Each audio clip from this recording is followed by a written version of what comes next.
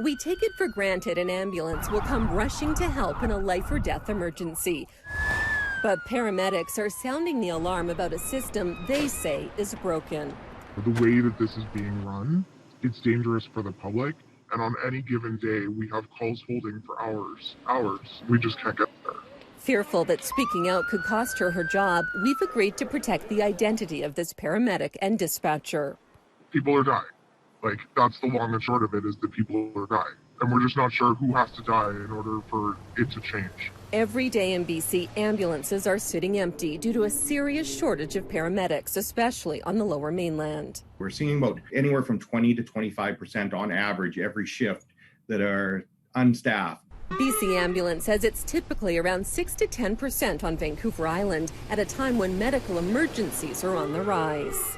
We've never lived through a pandemic before that is enhanced with a opiate crisis as well, and our call volume steadily on the increase over many years. Since 2015, ambulance calls are up 17%, and despite a small dip last year, crews are busier and more stressed than ever. The calls and incidents that we're responding to are becoming more complex and are taking longer to get through.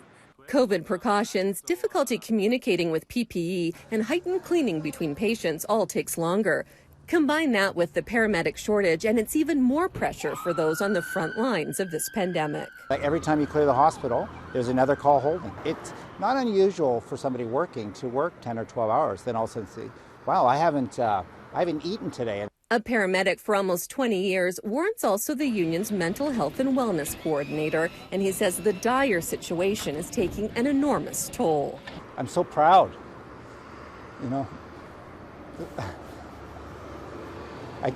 sometimes I get emotional because I see how much time and effort that our members put in, and they're